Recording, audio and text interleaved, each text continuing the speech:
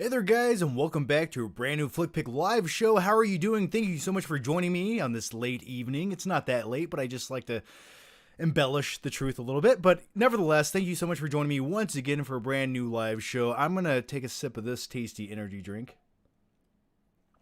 And as usual, this is it. Don't get scared now.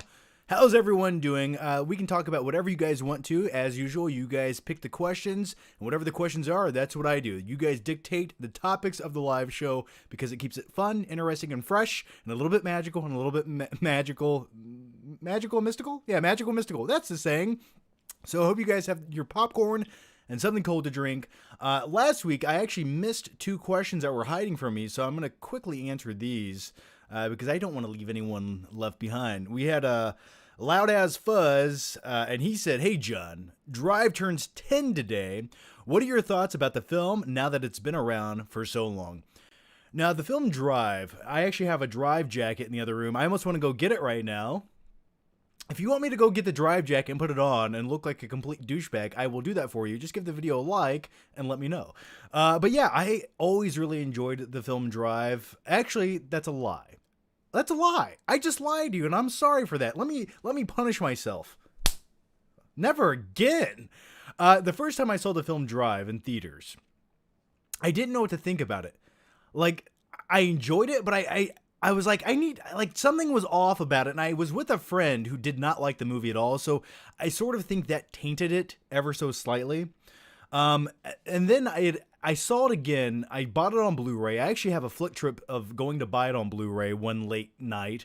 And then I watched it, and I was like, I loved it. I loved it more than, like, something about, I just needed time to really culminate my thoughts and let it grow. And when I watched it the second time, I enjoyed every little aspect about it. The technical aspects, the way it was filmed, like it had like a film noir vibe to it. The score, just that opening score where they have the shot panning over the city of the skyline of Los Angeles, and then the bright neon pink letters of Drive pop on the screen. And just that opening getaway scene. It's simple, it's subtle, but it's so intense and effective. The opening scene to Drive to me is one of the best, like, first 10 minutes of a movie ever. And I mean that. Now, I do have some complaints about the movie. There's little tidbits about the movie like I could go without watching. You know what I actually don't like about the movie? I don't care about his love interest in the movie. If it was just about the driver being a driver and like doing getaways, I would have been fine with that. I did not need the love interest. But yeah, I love the movie. I always have. I think I'm gonna go get the Drive jacket now. Let me see what people are saying here. Because I'm feeling a little bit wrestling. Someone said wrestling is fake. I don't know. Yeah, let me get the Drive jacket real quick. I'm going to be right back. Give me like 5 seconds. Don't go anywhere.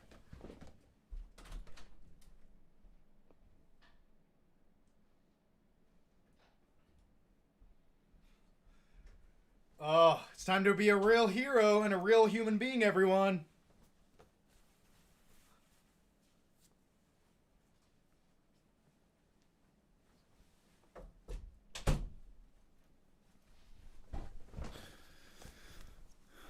There it is. Check it out. I've had this bad boy for a long time. Listen, you give me a time and a place, I'm yours within 10 minutes of that. I don't go in. I don't carry a gun. I just drive. Yeah, I wish I had a toothpick right now. But anyway, yeah, I'm going to wear the Drive jacket for like the next few minutes, and then I'm going to take it off because it's probably going to get too hot. But I will say this. This is a damn comfortable jacket. It's silky. It's smooth. I kind of look cool. I can only wear this like on Halloween or on YouTube videos. Outside of that, it's just like, you can't go to Walmart wearing shit like this. Well, then again, I guess you can. People go there wearing like trash bags and stuff. So half the people that go into Walmart don't even wear shoes. So I guess I could get away with this. All right, and I had one more question I missed last week from Thomas Jones. No question, John. Just love the channel. Thank you. Well, Thomas, thank you, and I love you too, sir. Did you even say you love me? No. Just love the. Oh, you love the channel, not me. Well, that's awkward. But I love you, sir. But yeah, thanks for those questions last week. And let's dive into. We have the Game Chasers here. Well, you got me to hit the like button, and I did hit it. Thanks, man. And I've been watching your channel lately. I've been watching your live streams of retro video games. Good stuff. All right. Let's see. We have OE reviews in here. How's it going? We have Bakatir. How's it going? Yes. Thoughts on Malignant. I have a video on it. I have a video coming. And by the way, speaking of videos, I keep getting questions. John, what did you think about Mortal Kombat? What did you think about Free Guy? What did you think about Black Widow? What did you think about Don't Breathe 2? What did you think about Space Jam 2? And like 3 other movies, and I will let you know if you've missed it. I did mention this last week. I have a new video on the Flickpick channel posted last week where I do 8 movie reviews in one video. That's a good time. It's almost orgasmic, some people would say. So, yeah, if you want my thoughts on those movies, go check out the newest video over on the Flickpick channel where I just combined like 8 movie reviews into one because just a lot of shit was going on this summer. I didn't have the time or the mental capacity to talk about those movies at the time, but now I do. So if you want to, check it out. I'd much appreciate it. If not, we can still be friends. All right. The next one comes from we're having a debate in the chat about wrestling being real. It's scripted, it's planned, the outcome is known, but you can't fake gravity. When you fall, you actually do fall. All right, let's go to the next one here. Dustin Rich says, how am I supposed to know when you're going to do a live show? That's the thing, Dustin. You don't know. Nor do I. All I can do is tell you I was driving home after the gym tonight. I was feeling a little bit frisky. I got a fish sandwich on the way home, or a large diet soda. And I said, you know what? I feel like doing a live stream tonight because that's why I do the live streams. When I do these things, I want you to know I'm going to give you 197%. I want to be here every time I do a live stream. That's why I don't plan them too far in advance. That's why I don't say it's a dedicated time, day, or place. Just when I'm feeling a little bit rambunctious, I do the live shows. Something about planning something so far in advance, for me, it's always become an obligation. And then it's like, okay, I'm like, I know tonight at 9 I have to be here and do this, so my whole day revolves around it, and something about that takes the fun out of it. I like to be a little more impromptu. So I do post these on Twitter, on Facebook, so if you haven't followed me there, definitely do that. I post them in advance, and by in advance, maybe like an hour, maybe 10 minutes, sometimes 20 minutes. I really don't know when I'm going to do the live shows. I usually say a few times a week. And then I typically try to stick to that, and I do at least one a week, guaranteed. But yeah, I don't know when I'm going to do these damn things. So like today, I just got home from the gym. I was like, let's do a live show. So here I am now wearing a Cobra Kai and a drive jacket. So this is a Cobra. This is a Scorpion. And what does that make me? All right. I do need at some point in life, I will pick a time and a day to do these on a consistent basis because consistency is the trick on YouTube. I assure you, I know the trick and the formula and the algorithm to YouTube to be successful. I just choose to go against the grain. But from now on, at some point, I would like to do live streams like Mondays, like Monday nights maybe, or like Tuesdays, Monday or Tuesdays. Which day would you guys prefer, a Monday or a Tuesday for a weekly live show? I feel like Monday there's a lot of shit going on. Everyone hates to be alive on Monday, so Tuesday might be a little bit better because we're settled into the work week a little bit more so. But either way, like I think Monday night movie talk sounds good or Tuesday night movie talk sounds okay. So which day would you guys like, Monday or Tuesday? And eventually we will consistently do those.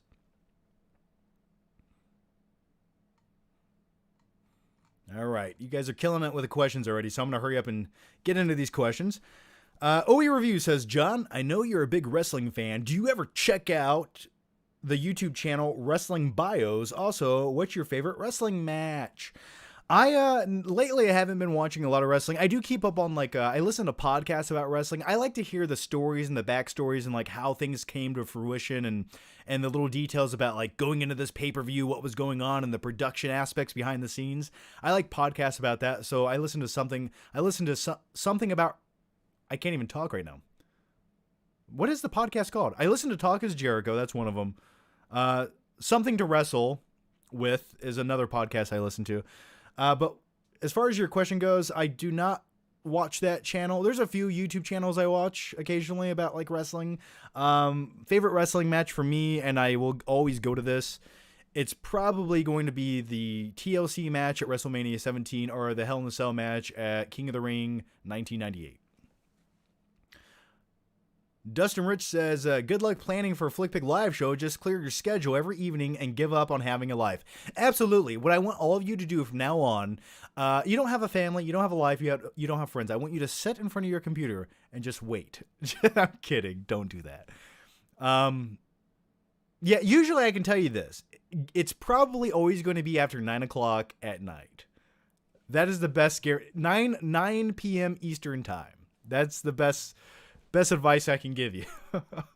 I know, I really got to schedule these things. I think it would really help with the viewership of them, but at the same time, it takes away the fun and being spontaneous. So, did you ever get the 4Ks for Unbreakable finally in Clockwork Orange? I did not get either of those. If you guys missed the last live show, I did an unboxing for the Shawshank Redemption 4K, and they sent me a really awesome press swag box, which is it was one of the coolest like boxes 4K has ever come in. So check out the last live show for that unboxing. Jalen Martin. Hey, John. I watched Roadhouse for the first time. Great movie. Swayze's a badass. Pain don't hurt. Oh, God. Give me Roadhouse any day of the week. It instantly makes you a better man than you already are. He's the best cooler in the biz. How did they afford to pay Patrick Swayze, who's essentially just a bouncer at some small shit town bar in the middle of nowhere, thousands of dollars a night just to stand there? And things still got destroyed and broken and people got fucking beat to death? I'm not quite sure, but that's the plot to Roadhouse. And if I didn't sell you right there, nothing else will. Go watch it. I've always loved it. It's complete insanity. Claudia Rogajon, how's it going? Just watched the Elvis mini-series from 2005, one of the better musician biopics I've seen. It's actually accurate to his life, unlike Bohemian Rhapsody.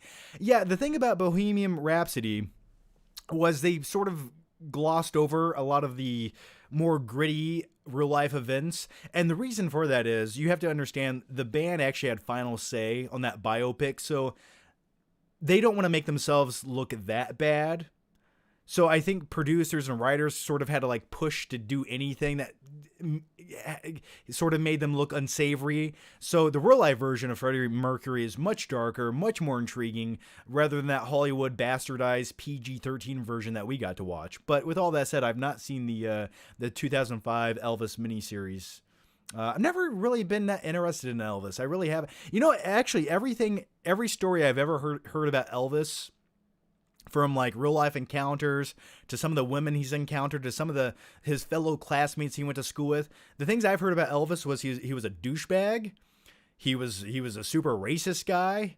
And he was a kind of a piece of shit, to be honest with you. That's the things I've heard about Elvis. So even if you like his music, I guess he was nothing but a hound dog. Is that even an Elvis song? Crying all the time. Yeah, it's an Elvis song. Okay. Luis Javier Rubio. What's going on, Luis? All right. What's up, Johnny Funkman? How have you been? I've been good. I went to the gym earlier. The gains are returning, everyone. I'm proud to announce that. I know sometimes it's hard to tell in the camera, but they are coming back. I had a really good pump tonight. I just thought I'd share that with everyone. It was glorious. And also, how do you handle awful retcons in your favorite franchises? Well, retconning happens all the time. What happens is Hollywood runs out of ideas, and they realize they've made some mistakes in the past, or maybe they need to go a different direction because, once again, Hollywood has no more creative ideas left. So they retcon things. In the past, this has happened many times. I mean, we'll talk about Terminator Dark Fate for a moment here, where they essentially retcon Terminator 2 Judgment Day, the best movie in the entire franchise. They killed off John Connor, little young John Connor. They just murder him within the first 5 minutes of the movie. Why? It wasn't necessary. It didn't need to happen. Just terrible fucking screenwriting from Hollywood. But either way, you know what? What I do is I watch the movies, and then I hate myself for doing it. So really, what control do we have? They keep just producing crap, so what can we do other than the only thing I can do is make YouTube videos where I complain. And then sometimes when I complain too much, people go, John, you don't like anything. And I just say, No, I love great movies. So give me a good movie to watch and you won't hear a complaint from me. Until that happens, I will cry like a little whiny bitch screaming in the moonlight, okay? All right? I'm going to take this off because you're getting me heated up. Ugh. See, look at that. Look at that. They're coming back. The muscle flick is returning. All right, let's go to the next one. I'm sorry, guys. I know it's weird tonight. I'm just feeling feisty. I'm feeling angry, and damn it, I'm here to talk about movies and chew bubblegum, and I don't even have any bubblegum.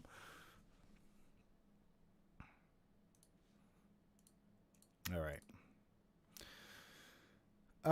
Where are we at? Sorry, the questions are sort of being a little bit delayed. Thanks for the question, Lewis. Dustin says, do you know I'm utterly insane? I think we're all slightly utterly insane, and that's what makes this all fun and interesting. If you're not a little bit of a psychopath, then like, what are you doing here? Come on. I need Tron Legacy on 4K. Yeah, the thing about Tron Legacy is, say what you will about the movie, I think after the first act, the screenplay just really goes down the toilet. But visually speaking, my God, that's a sexy looking movie. And Olivia Wilde being in it just makes it that much more sexier. So yeah, I think Tron Legacy on 4K would look great. And plus, why is Avatar not on 4K? Like, we're just going to talk about a visual experience to watch. Where is Avatar on 4K, James Cameron? Where is T2? No, I'm sorry.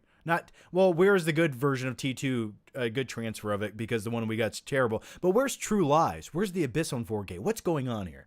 The next one, Luis Javier Rubio has another question. And have you seen the new Halloween Kills movie trailers? Have I? I did not watch the new trailer that just came out a day or two ago. I refuse to watch it. I don't like to watch too many movie trailers. Like, I'll usually watch the first one, and I go out of my way to avoid the second one because it's like, listen, I got it. I get what the vibe is. That's enough. I will savor the flavor until the movie comes out, and where it's a few weeks away, so I'm looking forward to it. I've heard mixed things at best, but nevertheless, I'm excited to see it.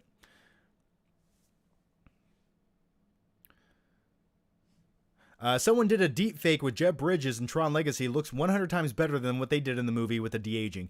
Yeah, but then in all fairness, the de-aging came out like a decade afterwards, so like, yeah, and well, in all fairness, the de-aging effect they did on him back in 2010 was really, really bad. I don't even know what they were thinking with that. Rupert Benson. How's it going, Rupert? Hey, Johnny boy. If you had to choose between DiCaprio, Bale, and Pitt, who would you pick knowing the other movies get deleted forever? Holy shit. I don't like that question. That's not a fair question because, like, if I give up Bale, I have to give up the Dark Knight trilogy. That pains me. And then I also have to give up American Psycho. I'd probably get rid of Brad Pitt. I'm just gonna get rid of Brad Pitt on that one. He's been in a lot of great movies, a lot of movies I love, but DiCaprio's been in more, and Bale has been Batman, so I cannot give up on my my Bat Jesus. So I'm gonna get rid of Pitt on that one. I'm sorry, Seven, but Dustin says, did you ever see the Transformers animated movie? If so, what are your thoughts? The 80s one? Yeah. The 80s one, yes. The newer ones, no. Fair or Lovely. Hey, John, how's it going? All right. Dustin Rich says, Tuesday works for me. Sounds good, man. I think Tuesdays are better than... A lot of people are saying Monday. You really? Okay. Monday sounds better to me. So Monday, maybe we'll aim for Mondays for the live shows. All right. This one comes from Levi Fisher. Been a fan since 12. You've gotten me through high school and life's general... Got me through high school and life's general BS. Oh, thanks, man. I'm 23 now. Went from being 370 pounds to 330 and still dropping. Wish I could stay, but I got to be at the gym by 4 a.m. Good night. Well, good night to you, Levi, and good luck, man. Drop that weight and gain that muscle. Have a pre-workout on me. Sip it slowly. And thanks for that, man. Thank you for that. Good luck. What are your thoughts on Braveheart? I've always really enjoyed Braveheart, but for me, it's like I'm more of a Gladiator guy. And I know, like, do we have to compare the two? Sort of, kind of. But Braveheart for me, I just like, in all honesty, I actually prefer when it comes to like big epic war movies with Mel Gibson, I much prefer The Patriot, which is essentially Braveheart, but in the Revolutionary War. I like The Patriot more than Braveheart. There, I said it. I like it more, and I think it's truly underrated. I really do. Heath Ledger has a great supporting role in that movie. I mean, it's just something about the time period of the Revolutionary War in the late 1700s just really always intrigued me.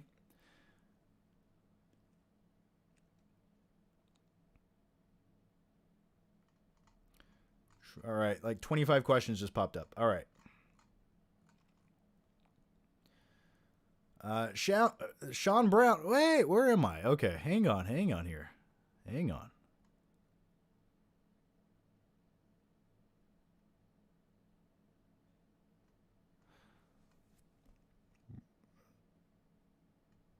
Okay, here we go. Winners at the Prom Queen says, can you say the following in your Morgan Freeman voice? My name. Okay, let's just do it. What? My name is Morgan Freeman, and I will be a third grade teacher this year. I hope that was sufficient. Luis Javier Rubio says, we already answered that. Sorry, guys. The questions popped up in like 4 different windows here. Give me 1 second to figure out where I'm at. Okay. Alex Carr says, what movie are you looking forward to more? As more questions just fucking... More next Friday between Many Saints of New York or Venom 2. I think...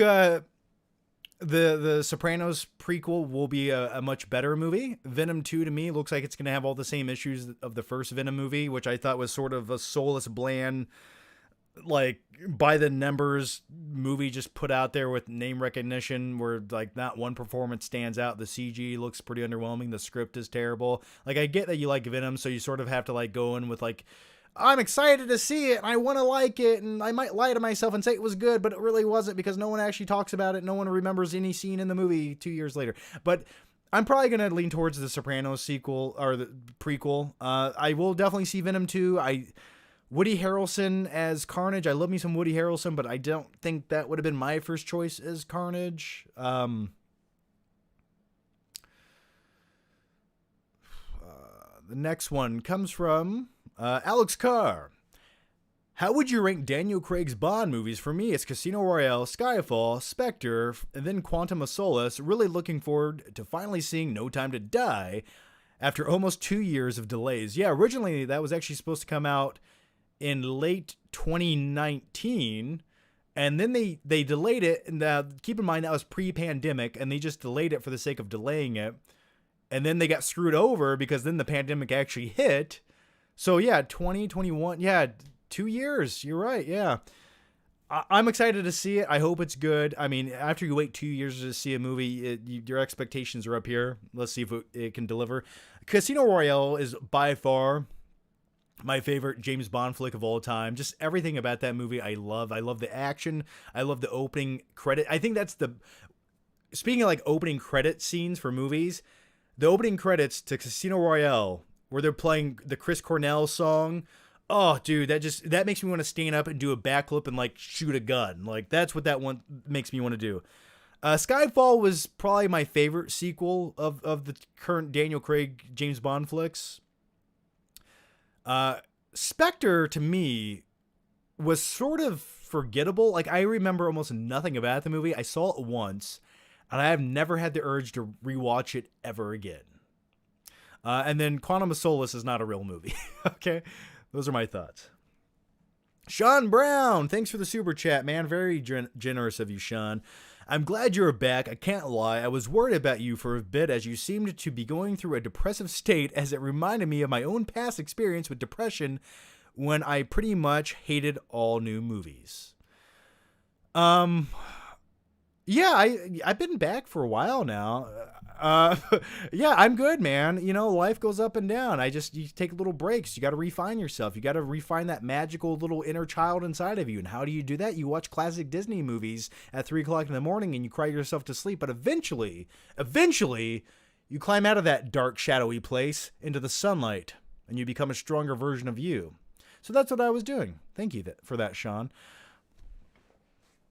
And I don't hate new movies. I hate bad new movies. Yeah, I love me a good movie. Don't get me wrong. So, but thank you for that, Sean. Much appreciated, man. Hooten Sheriffin. I like hamburger. You know, actually, I can talk about anything. So I'm going to talk about red meat for one moment. Red meat, too much of it causes inflammation. Too much inflammation in your body is not a good thing. I eat a lot of fish and chicken. Highly recommend it. If you can get a grilled chicken sandwich over a hamburger, do it. Your stomach will thank you. All right, let's keep going. Dark Moonlight Entertainment says, is Tenet Nolan's worst movie? Is Tenet Nolan's worst movie?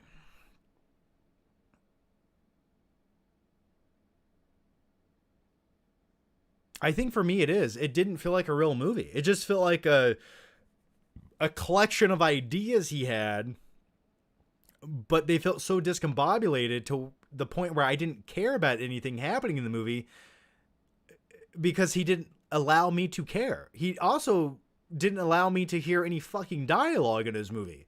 To me, that's just a really bad technical, I guess the term would be like artistic, I don't know. Like, he made the movie he wanted to make, but I did not like it. Whenever you make your dialogue inaudible, I really liked him to explain why he did that. I really want to hear his explanation. I think Christopher Nolan he lives in his own little universe, and he was allowed to do whatever he wanted to do because he had so much success in some of his films. So Warner Brother was like, here, take money, make whatever you want.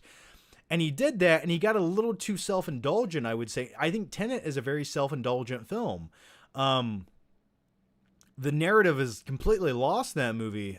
So yeah, I think it is. I think Tenet was like one big waste of money when I watch it.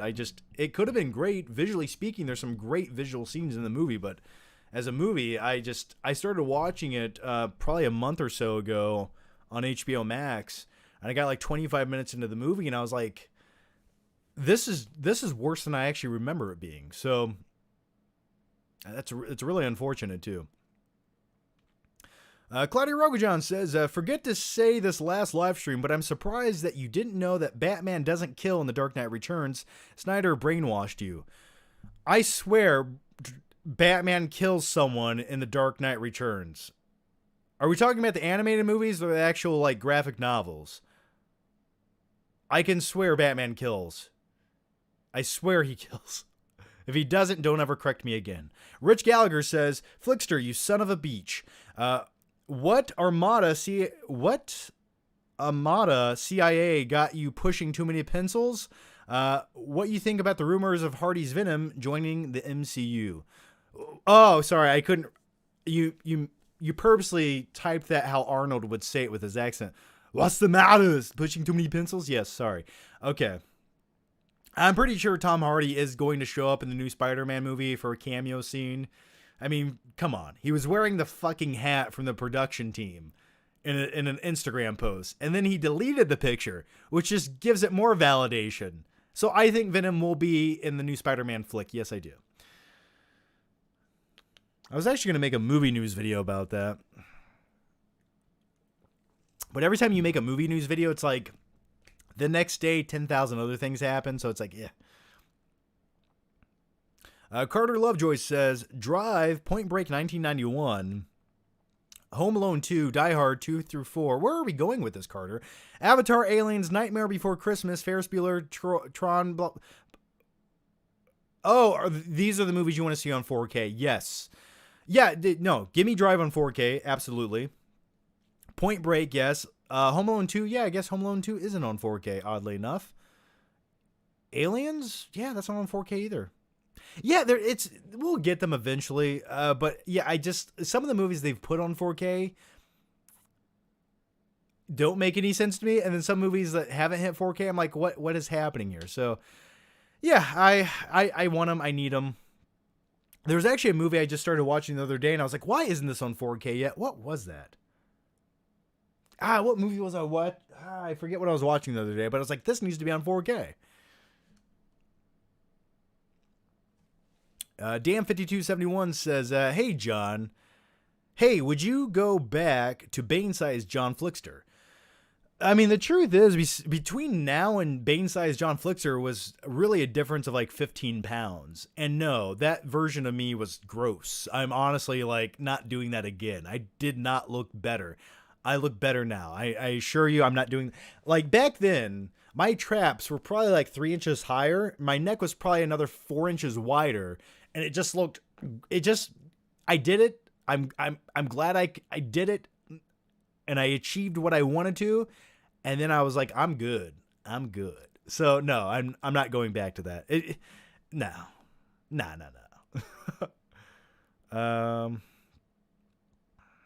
Winners at the Prom Queen says, what historical event would you like to relive, and one movie premiere you would like to relive? I think going to like the original Star Wars movie premiere back in the late 70s would be kind of cool, just to like go be a time traveler and go back and watch that movie with audiences for the first time before they butchered the cuts after that. So you could watch the original cut of Star Wars in the theater with an audience and just watch everyone being enamored and blown away with that movie. I think that'd be a really cool premiere to go to. What historical event would I like to relive? Now, this is going to get a little bit dark and morbid. I have a couple of them. I've actually fantasized about such things, and hear me out for one moment. One historical event I've always wanted to see, if I could be a time traveler and just go back and be in this event, this situation, the first one would be, I would love to be on one of the Titanic's lifeboats watching the Titanic. I would like to go on the whole experience of being on the ship and then surviving it, yes, and then being in one of the lifeboats as it sinks. Just watching that in live action. Just to see that happening. Like, could you imagine how crazy that would be? I guess if I was a time traveler going back, I guess I could just run up to the ship on April 14th, 1912 and be like, hey, listen, this shit's going to hit an iceberg, and just grab the wheel and turn it, and then we'd avoid the iceberg. And then the other historical event I would like to relive, and all of mine include death. I'm sorry for that. Another one would be to go to the Roman Gladiator Colosseum back in ancient times, in ancient Greece, and just see a gladiator fight in real life. That's what I want to see. All right, let's go to the next one here. Ohio Mark says, ever see Flight of the Navigator? Yeah, man. Have you watched my channel? I think I've talked about this movie at least 20 times. Maybe 50, maybe 100 times. Hey, Davey! Ha ha! Yeah, voiced by Pee Wee Herman. I love Flight of the Navigator. Oh, that's such a good movie. Put that shit on 4K. I'll watch it right now. Great fun flick. I watched it as a kid. Turns out Pee Wee Herman is the voice of the spaceship. Yeah, absolutely. I love that movie. Always have. What else is there? Weren't they making a new Flight of the Navigator, but with like a girl? I feel like that was in production at one point. But either way, Flight of the Navigator, if you made a new one, it could be a really fun movie. All right, Luis Javier Rubio says, have you played story-driven video games? If so, which one would be your favorite? Story-driven? I mean, are you talking about like Red Dead Redemption or like Grand Theft Auto type games? Yeah, I've played some of the earlier Grand Theft Auto games, not the newer ones. I mean, I always thought like the Call of Duty campaigns were sort of fun. They felt like a live-action Michael Bay movie. I got into those, a few of those earlier on. The newer ones, I don't even bother to play the campaign. What's another story-driven game I've played?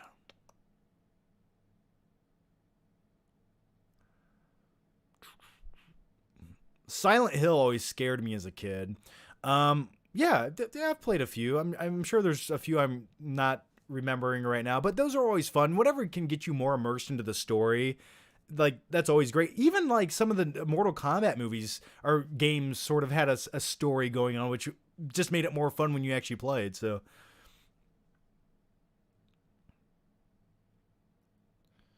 Lone Tiger Films, John, how are you, man? I'm doing pretty good. How are you? What are some of your favorite books? Do you have any in your collection? Dude, I have not read a novel or a book in so long. Well, no, that's not true. Let me think. I like to read biographies. If I had to pick, see, usually I don't like to read a lot of fiction. Typically, I don't read a lot of fiction. And if I do, I'm very selective about it. But yeah, I like to read biographies typically. I like to just read about people's lives that I find interesting to hear, like the dark, seedy details of their lives. But as far as like reading any novels, not a long time. I read a lot of articles. I read a lot of articles about information I want to know.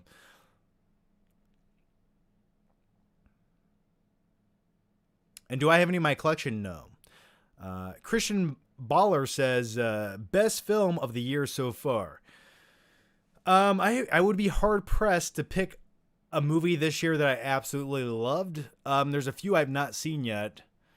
Trying to think, like, I don't know if I have a favorite movie so far this year. There's some I liked, but none I necessarily loved. I'm hoping over the next few months things change.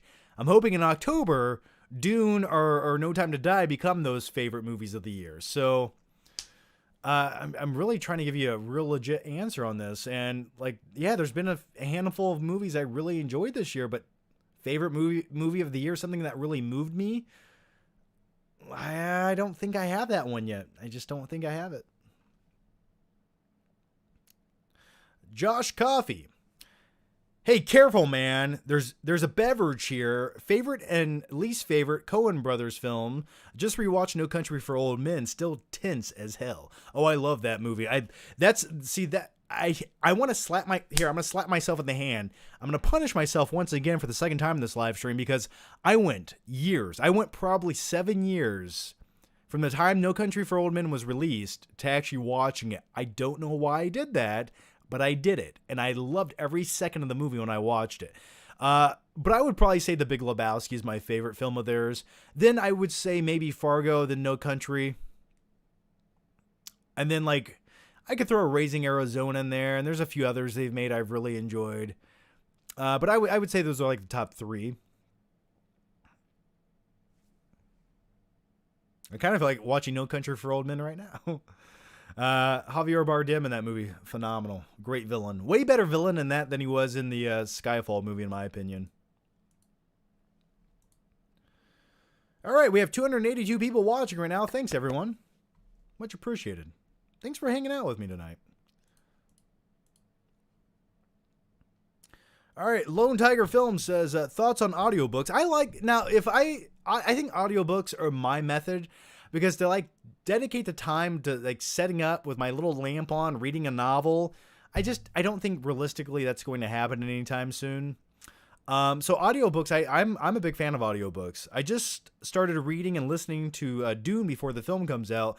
Audiobooks are cool because it feels like you're creating your own movie with your imagination, the cool sound effects and dialogue in audiobooks. Yeah, absolutely. Audiobooks are sort of like, I mean, I guess they're audiobooks, but they're sort of like podcasts. I listen to a lot of podcasts. So yeah, like when you're driving or like laying down at night listening to an audiobook, that's always fun. I did a sponsorship or two for Audible over the years, and I support that method of consuming books. So Matt Main says, are you going to watch Superman and Lois, and what's your top 3 Tarantino movies? I'm probably not ever going to watch Superman and Lois. I'm just not a big fan of a lot of superhero shows in an episodic story format, especially on network TV. They just never hit home with me. Now, don't get me wrong. I love me some like Daredevil and things like that, but I'm very picky. And something about Superman for me, I don't understand why they make Superman TV series. Like, he's one hero that really just needs to be in his 2-hour movie. He needs to get in and get out, because when you drag out storylines with Superman, and then because he's too powerful. So when you put him into like a weekly television show, it's just something about it. It just always feels like they have to like suppress it. And I can feel that suppressed like ability on his powers every time I watch it. I'm just like, yeah.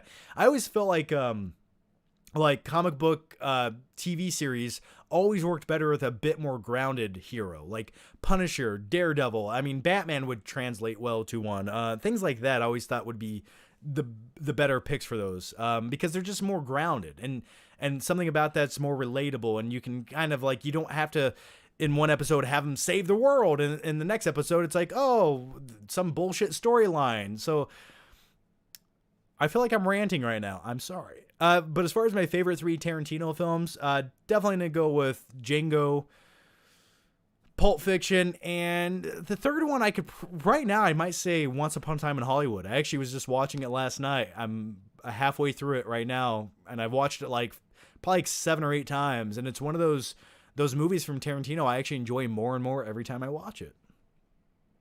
Billy M. Stand By Me sequel, Stand By Men. That sounds weird. You never want to stand by men in the shower. I'll tell you that right now. Let's continue on with the question. The guys bring their wives in search for a dead body, and then the guys jump off the tracks to avoid their wives. And then the train kills all of their wives. I like it. Sounds great.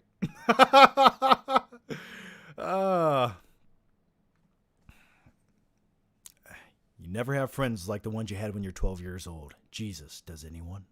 Yeah. Stand By Me's on 4K. That's cool, though. I have that. Claudia Rojan says, is there any indication that Nolan doesn't care about characterization at all, considering his best movie is one with an established character? Yeah, Nolan sort of focuses on the concept, and I guess the plot more than he does the characters. A lot of his characters are just very one-dimensional. Really, that's the truth. Not to say he doesn't have interesting one-dimensional characters, but the characters have always just been there to serve the plot to his movies. So yeah, I think that's a weak element in some Nolan films if you had to be really critical of them. That's a good point, yeah. Not all the time, but most of the time. Maddie D for 3 says, hey John, what did you think about Liam Neeson's Ducard in Batman Begins? Do you think we will see a similar character like his in the future Batman movies? Are you talking about Ra's al Ghul? Liam Neeson as Ra's al Ghul? What do I a similar character of his in the future Batman movies? Like someone behind the shadows controlling things? Yeah, I think the Night of the Owls. Damn it, why did I just forget what they're called? The Owls in the Batman comic books. Someone help me out. My brain melted. Anyway, I think there's a great theory floating around that the actual the Court of Owls, right, from the Batman universe, might possibly be the main focus point or villain in the upcoming The Batman movie. So could be a thing. I'm not sure. So that would be kind of like a similar character hiding in the shadows. Court of Owls, yeah. All right. Lone Tiger Film says, I also ordered the deluxe illustrated edition of Lord of the Rings books that's coming out in October, and the exclusive to UK. It's so hard to find. It's on a random website. I will read it by listening to the new audiobook read by Andy Serkis. Should be fun. Ooh, Andy Serkis is going to actually read the audiobooks to Lord of the Rings. That's kind of cool. At least you know you get a good Gollum representation. That's cool. Yeah, I'm waiting for the super duper special edition of Lord of the Rings, the re-release special editions on 4K coming out at some point. I actually requested to get them from Warner Brothers, so hopefully they do send them my way. John P. Mahler, thanks for the question, or thanks for the super chat, but no question. Winners of the Prom Queen says, can you do a Christopher Walken impression of Gladiator in ancient times? I'm going to do one Christopher Walken impression. One per live show. This is it. Do not ask or request another one. This is the one and done for the evening.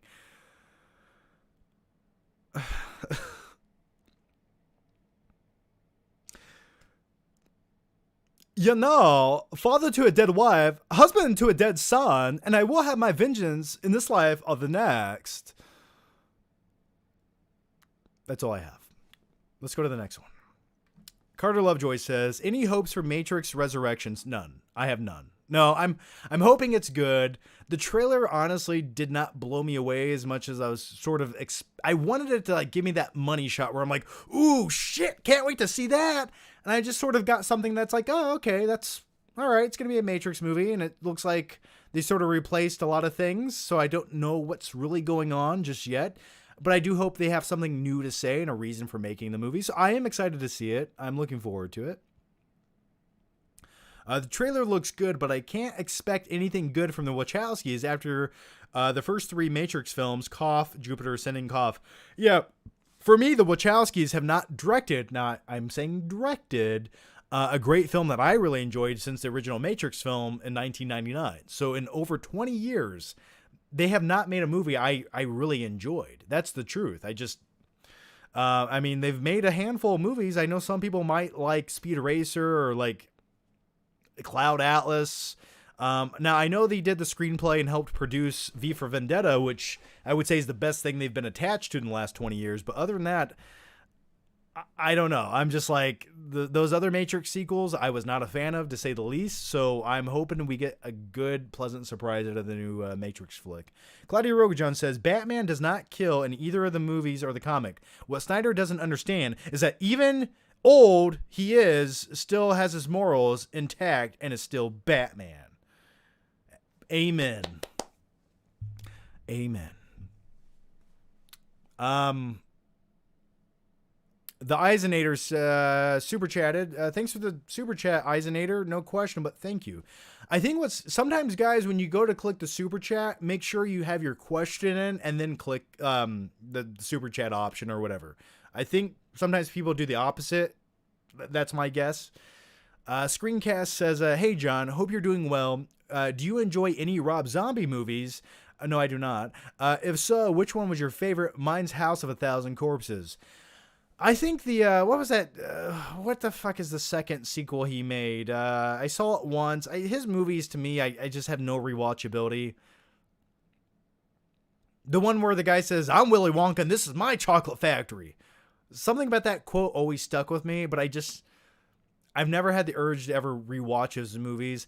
There's actually points in the second Halloween movie, not the first. I hate his first Halloween movie, but the second movie, there were little things in that movie I enjoyed. And then he kept doing these weird flashbacks with like his wife and like some unicorn white horse. And I was like, this is just stupid. Thank you for wasting everyone's time here, Rob Zombie. So I'm not the biggest fan of his movies, no. Someone says Batman literally kills in almost all of his movies. In one way or another, yes, I think Batman has accidentally killed a person or two. Let's just be honest here. No guns, no killing, unless it's an accident. Cobra has become a member, yay! And I'm wearing the perfect shirt tonight for you, Cobra. Check that out. All right.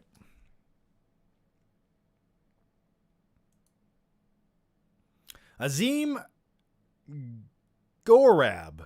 I think I said it right. I hope I did.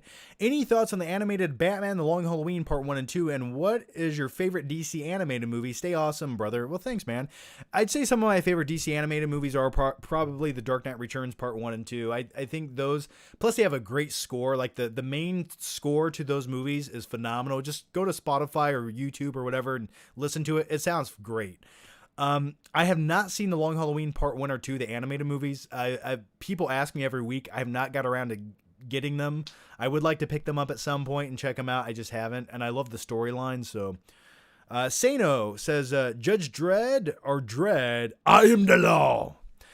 Well, let me talk about Judge Dredd for one moment here. And speaking of Judge Dredd, let me tell you a great mid-1990s action movie that is actually really well made, production-wise, is Demolition Man. If you've never seen Demolition Man, go watch it. It's a damn good movie. Truly underrated. It's a lot better than Judge Dredd, I will say that. I just remember in Judge Dredd where he's on the prisoner ship and it crashes, and then he gets stuck in that one, like, the cannibal family's house. They have the robot brother. Just bizarre shit. But yeah, obviously I'm going to go with Dredd with Carl Urban. That's a great modern day action movie that should have gotten a sequel or could have gotten like a Netflix series. That's another, yeah, speaking of like superhero series, Dredd. Dredd was made to be a series. That would be a phenomenal weekly series or whatever you want to make it on like HBO or Netflix or something along those lines. It just, I don't understand why that has not been made yet. It boggles my mind. But Dredd for me, but speaking of Dredd, had some of the worst trailers ever. It was like the worst representation of that film they could have ever put out there. So, yeah, The Devil's Rejects. Yeah, the Rob Zombie movie. Yeah, the Devil's Rejects 2, I actually thought, I for some reason, I just remember it more, but I don't think it's good.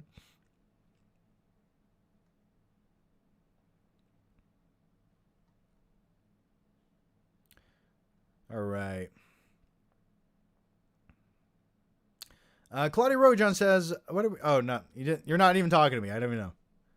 Keaton's Batman killed while smiling, yet Snyder gets all the heat. Well, yeah, that's Keaton's Batman. I mean, if you go to the first 10 minutes of Batman Returns, and then Batman comes in to save the day, which, by the way, the opening scene in Batman Returns, where you have Michael Keaton just like sitting in his dark mansion like this until all the bat lights signal him to like go into action, which, by the way, how did everyone miss those giant fucking bat symbol logo spotlights on the side of his house? I don't know. But either way, when he cruises into Gotham in the Batmobile and just starts wiping motherfuckers out, and then he hits the one guy with his car, and then it's the guy dressed like a devil, and he turns the Batmobile around and shoots a flamethrower out at the guy. He's just burning to death. It's like, yeah, Michael Keaton's Batman killed some fucking people. I'm just gonna put it out there. He did, and I'm fine with that. I'm fine with that. Now let's all talk about the scene where Catwoman, played by Michelle Pfeiffer, puts a bird in her mouth. Let's all talk about that for one moment. Actually, rather than talk about it, let's all just close our eyes and envision it. And now, cue my Danny DeVito penguin impression. I'll show my French flipper trick. All right. Landon says, what's your fitness goal now? Are you trying to get back to 2016 form, or are you going for more of a lean look? I'm honestly like 5-10 more pounds more muscle. I'm good to go. It's muscle memory is a thing. I will tell you that. I've been hitting the gym now for a couple months after taking like a year or two off. And like, I've noticed my strength instantly return. Look at these veins. Let me just look at that. Look at that. Look at it. So yeah, really just give me another like 5 pounds of muscle. I'll be good. I don't want to get super gross and bulky and puffy. Just, I want to look lean and mean, you know, that's the goal. All right. Airstrike. Do you still hit the gym? The videos you did for your workouts were inspiring. Yeah, I do hit the gym probably like a good 3-4 times a week at least. Yeah, I don't know if I'll make more gym videos per se, but I mean, maybe. I want to start doing more vlogs. So if going to the gym is like part of my day, that will probably be in part of the vlog. But like a standalone gym video, I don't know. I'm going to say no. The Eisenator says, became a truck driver and I'm using Over the Top as a role model. Get a lot of time off and I want to build a YouTube channel. Editing sucks. Are you also participating in arm wrestling competitions? Because if you're not, you're doing it wrong. But that's awesome, man. Good luck on your truck driving journey. My dad was a truck driver, actually, so that's why I've always really enjoyed Over the Top, because I sort of always related to it in that way. I remember like riding in my dad's truck. Now, he didn't arm wrestle for money or anything, but maybe he did. I don't know. But that's why I always liked Over the Top. It just reminded me of like those childhood memories. But yeah, editing does suck. The trick is, to help yourself with editing and the workflow of editing is when you get good at shooting your videos, you can kind of guess and predict how you shoot your videos and record them in such a way to where you know it'll make editing easier afterwards. So that's what I do. Sometimes when I'm talking for like a pre-recorded video, I already know like when to stop, when to go, when to I know when I need to edit this.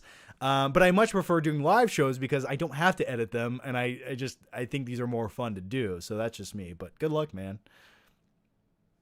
Night King 01 says, I find it funny that in The Dark Knight, when Batman crushes the garbage truck, they cut away to the driver ducking like he's gonna help. Laugh out loud, he's dead. It's funny in The Dark Knight, when Batman crushes the garbage truck, they cut away to the driver.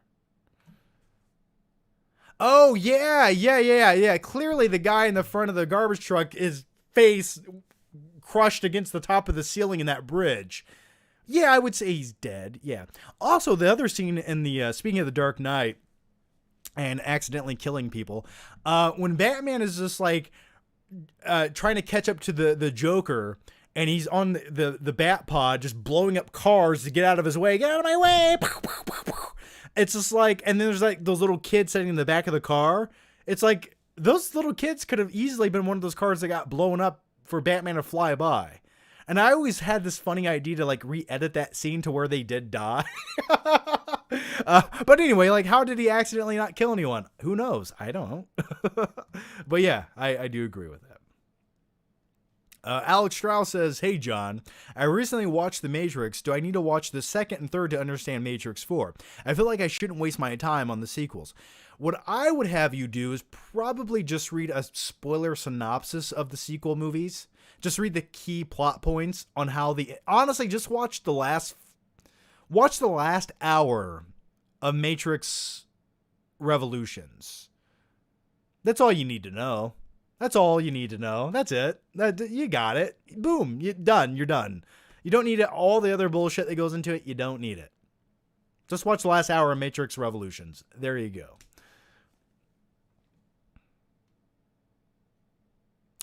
James Doshier says, hey, John, how's it going? It's going pretty good, James. Thanks for asking. We're hanging out, talking about movies tonight. Hope everyone else is doing good, too. How are you guys doing?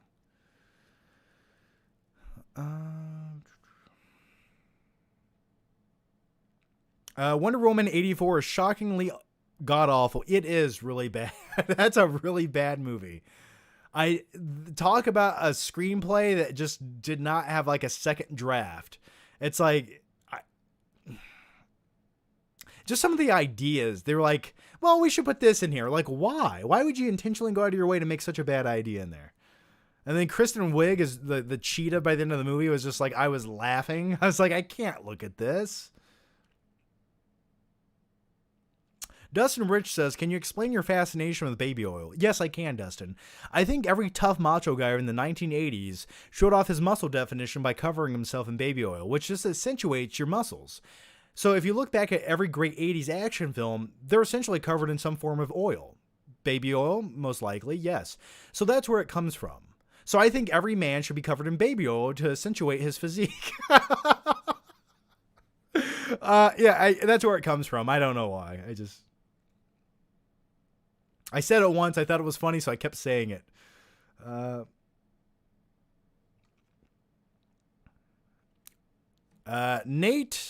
Naderade009 combined two movie franchises in a mashup for this year. Go! Quiet Place 2, Fast and Furious, the Suicide Kong, Widow Eyes. Oh, I see. Quiet and Fast. Okay, I see. I see what we're doing there.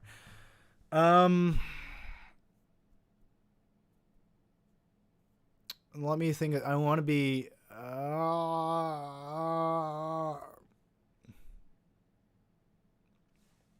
I don't know. How about Mortal Kombat and Free Guy combined into one. Now, we do have the commonality here is they're both video game themed. But if we threw Mortal Kombat characters into the Free Guy universe, just imagine like Scorpion and Sub-Zero running around like doing fatalities on everyone. And Ryan Reynolds is just sort of there. I don't know. That's all I have. That's what I have for you. All right. The next one is Unimpressive Media says, "Hey John, I'm currently finishing off my master's dissertation on a horror video games, and your live shows have helped me get through some stress. Lee." Well, thanks, Lee, and good luck on your dissertation. Never had to write a dissertation. I hope I never do, but good luck on yours. And it's about horror video games. Please put Zombies Ate My Neighbors in your dissertation, please. It needs to be there. But thanks for that, man.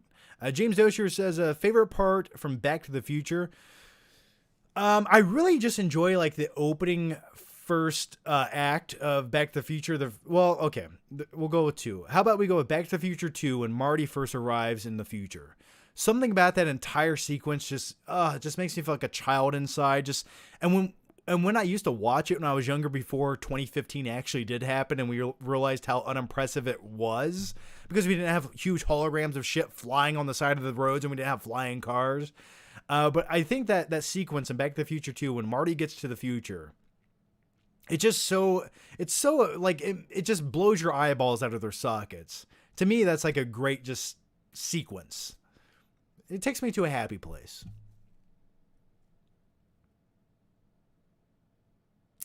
Lone Tiger Film says, where do you watch movies in your new home? What's your setup? Give us a tour. How about I give you this right here? There's the couch. My TV is right there. You can't really see it. Usually I just watch movies sitting back there on my sofa. I might lay down. I put my legs on this ottoman and watch my 65-inch OLED LG TV, which I have a sound bar for, but it's not currently hooked up. I used to have a surround sound system a couple years ago, but it got too much of a hassle to move and reset up all the time. And plus, I was having a few issues with it. So that's currently in my home theater setup. So, yeah, it's kind of right behind me right now, to be honest with you. So, that's how I watch movies. And then I, of course, have I have an LG 4K Blu-ray player, and I also have a Samsung 4K Blu-ray player. So, Claudia Rogajon says, I'm just saying, yes, Batman's probably killed people by accident. It's impossible not to. Also, Burton says he doesn't read comics. Explains a lot. Yeah, Batman's killed some people. Yeah, I think we will all agree on that. I think every superhero's accidentally killed some people. But it's about the moral compass of saying, I don't actually want to kill anyone, but sometimes accidents happen. In my opinion, criminal scum deserve to die. So I feel no sympathy for them. I agree with you. Saint Silo says, you have supported me through some tough times in life recently, and I want you to know I appreciate your presence on this world. Love you, brother. Well, thank you for that. That was very kind words, man. Thank you for that. Yeah, tough times happen. They come and go, though, Pain doesn't last forever, and what you take away from that pain is what always makes you a better person. Remember that. So thanks, man. Thank you for that.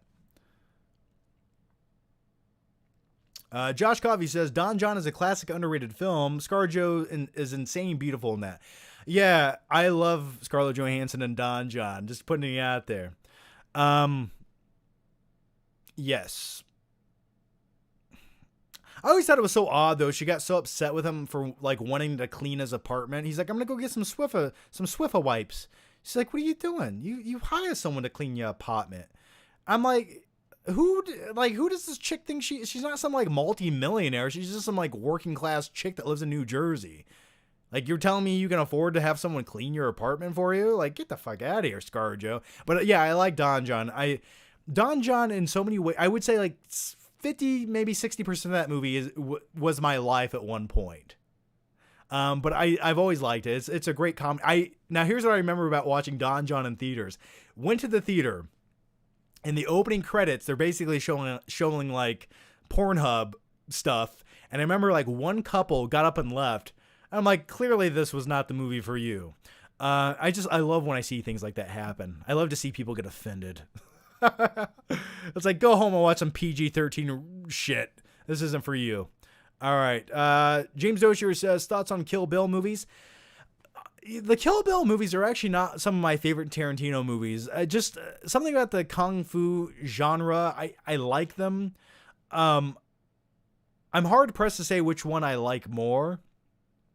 I might say like Kill Bill 2 is probably my preference because you get the culmination and you get just more things happening, because it was never intended to be two separate films. It was supposed to be one film, then they separated it to make it two movies because studios were trying to tell Tarantino that no one wants to watch a 4.5 hour movie. So yeah, I've liked them, but when it comes to Tarantino, they're not my favorite. I like his more grounded, subdued movies. I like when you just have like the less bombastic, over the top movies. I like just his movies where like two people are like hanging out talking. Those are always sort of my favorite Tarantino movies. Josh Coffey says the hallway scene in Don John. Yeah, that's a good night. That's how you say good night on a Tinder date. Night King 01 says also some of his road rage Don John has, I relate to it maybe a little bit too much. Night King 01 says you missed the part where Batman launches those dudes off the hood into a burning store.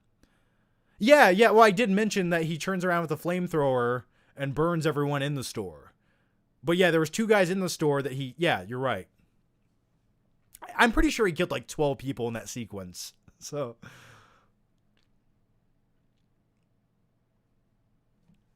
remind me to take it out on What's-Her-Face. And then you had the guy playing Max Shrek's son. Dad, go! Save yourself! Dad, go! Save yourself! Does anyone know what I'm talking about? Let's see. The next one comes from somebody here. And by the way, guys, I'm going to answer just a few more questions. Yeah, so I wanted to do this for about an hour. It's been about an hour, so I'm going to answer just a few more questions. So what I'm going to do right now is I'm going to take like a 1-minute break. I'm going to go get another drink, and then any questions that come in during this break, that is it. And when I come back, I will answer all of those questions. And so yeah, don't go anywhere. I'll be right back. And as a wise man once said, I'll be back.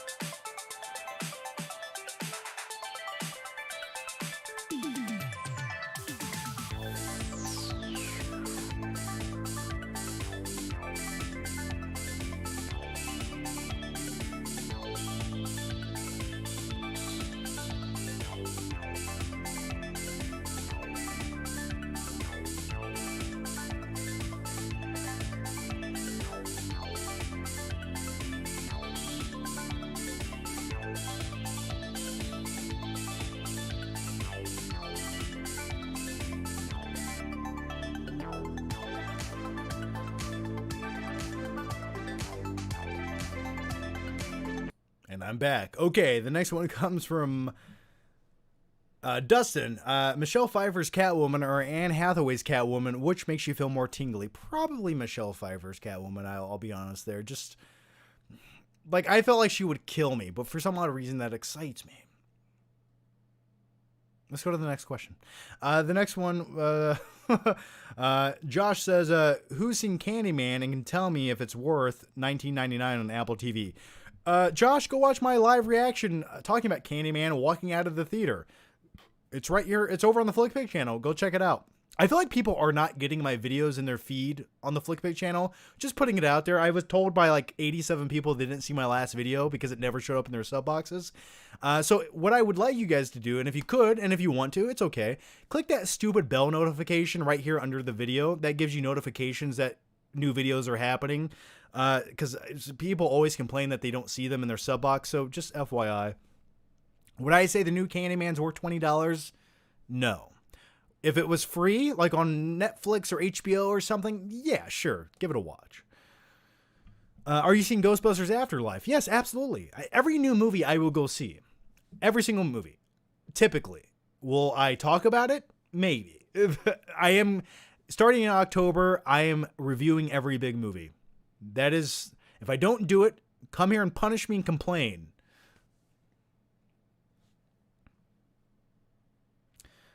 John P. Moeller says, boy from Sweden here. Scarlett versus Disney thoughts. How's it going, John from Sweden?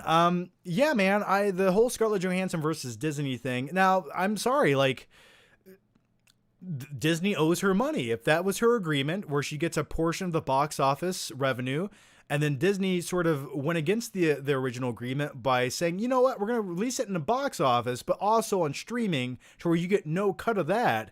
That's not fair. That violates the terms of that agreement and that contract. So she is owed money to some degree. So how much, I mean, it's going to be hard to sort of figure out how much they owe her because it never did go to the actual box office. Or that's not true. It went to box office, but it's hard to understand how much they missed out because it went to streaming. So what I think they should do, logically speaking, is give her some kind of portion of the streaming revenue. So anyway, I mean, but then again, I'm going to be completely super honest with you. I don't give a shit either way. This is like billionaires arguing with millionaires. Like, do I care? Do I get any cut of that money? No, I do not. Like, she has enough money where she could just like live in a house made out of $100 bills and be completely content the rest of her life. So do I feel any sympathy or sorrow for her? No, I do not. But I also think it's a very coincidental thing to where she did this lawsuit when she knew she had no upcoming films or other contractual obligations with Disney and upcoming Marvel movies. She knows she's done. She's done with that entire universe of things. So it makes me wonder if she would have sued them if she had like another sequel movie in the works or another Avengers movie that she was part of. But no, I think they owe her money, and Disney has more than enough money. So I don't feel sorry for them. Airstrike says, John, not a question. Just want to tell you that you helped me through some dark spots in my life. Got me out of a rut. Love you. Well, thank you for that. A lot of people are telling me that I got them out of dark places in their life. Well, thank you for that. I mean, that's the cool thing about YouTube. You never really know who's watching or how people are feeling that day, and you know, certain things you say and maybe a certain video just make someone's day go by a little bit quicker or better. I mean, for me, I know there's been sometimes where I start watching YouTube channels that sort of make you forget about all the shitty things happening in life, and you sort of just immerse yourself in those. So it's always nice to hear some feedback like that. Not gonna lie. So thank you for that, man. Hope you're doing better now. Lone Tiger Film says, how do you film your videos you post? Do you have notes on the side that you read off? What is the process like? I feel like I'm super awkward and too formal when I post me talking on social media, so I'm thinking of being natural and sarcastic. So typically if I do like a pre-recorded video, it depends what I'm doing. But I'll give you an example. If I do like a movie review, all right? What I will do before I shoot the movie review is I will make like 10 bullet points and I will type them out on my phone, or I'll type them out. Actually, I hate typing on my phone, so I'll type them out in my Gmail because I like to use my keyboard. So I'll type out like 10 bullet points about the movie. Things like I want to remember to say, just like little details I want to expand on. But do I script them? No, I never do. I just little bullet points that I want to remember so I don't forget what I'm talking about. And then what I'll do is I'll email those to myself. That way they're on my phone. And then when I'm shooting a video, I'll open up that email and go through the bullet points as I'm talking. And I'll just sort of just have an intro. Then I'll talk about the characters. Then I go to the next thing and the next thing. And an hour later, I have a video that I need to go whittle down into 5 minutes. Typically, that's the process of just the information that I want to spit out.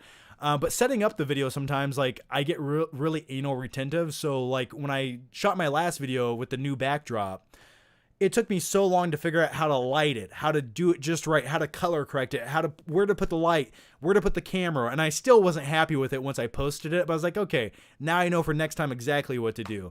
But yeah, I like the way, I'm very anal retentive about the way the video looks and sounds. I'm never happy. So sometimes I overthink things like that. And then the other thing I hate that I do is sometimes when I'm editing the video, I'm like, I should have said this or that. And I'm like, I could go back and sit down and redo it, but I'm like, you know what? It's fine. It's fine. One person might care. But the truth is, when it comes to videos, no one's going to be more of a harsh critic on them than you are yourself, you know? So I think when it comes, just have fun with it. You know, you need to start recording videos and almost pretend like no one's going to watch them, or else you're going to overanalyze them. You know, so yeah, don't be too formal. You know, don't try to just sit there and be the guy who spits out every statistical fact about everything like a robot, because people can go read a Wikipedia page or the IMDb fact sheet for that shit. Don't be that guy. Have a conversation with people. And by people, I mean just talk to your camera for 25 minutes and then try to edit it so you don't look completely and utterly insane like I try to do. So that's usually the process. I will say a lot of times I repeat myself because I get really, really anal retentive. Like sometimes I'll have like a diatribe of information I want to like say in the video. Like, you know, this movie came out in 1994 starring blah, blah, blah, and blah, blah, blah, blah. And here's the plot. And I try to say that all in one take, but it might take me like 10 times to get it down just right. And then what happens in editing, I end up using like the second take rather than the other 8 takes after that. So yeah, good luck. All right, let's wrap this up with a few more questions here. Claudia Rogajan says, what did you think about Batman killed in The Dark Knight Returns? Batman killed in The Dark Knight Returns. I'm sorry? What are we talking about? What do you think Batman... I don't remember, man. I'm done talking about Batman killing shit. I don't care. Batman can kill me right now. I don't know. I don't remember. I thought he killed a criminal or two because he was so just over the criminal activity where he's like, you know what? You can't beat these criminals. Sometimes you just have to murder them. Watchtower Studio says current top 5 of all time. Also make a top 20. I'm not going to give away my top 5 of all time. Obviously, I've said Nightcrawler is probably my favorite movie of all time. I do have a top 20 in the works I want to make. And I was thinking about putting out my top 20 new films of all time in November. And the reason, I guess maybe October or November. Because I think that would be a cool video to make. And I do have the list. I just haven't organized it into actual 20 through 1 or 1 through 20.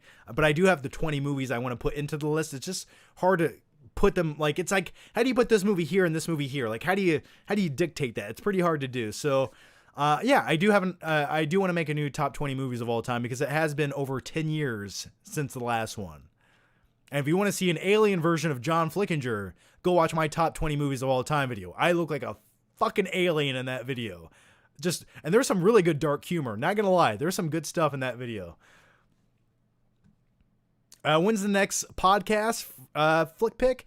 Yeah, so what we do, and if you guys didn't know, we do a bi-weekly podcast for YouTube members and Patreon supporters where you guys can submit questions and topics that we talk about.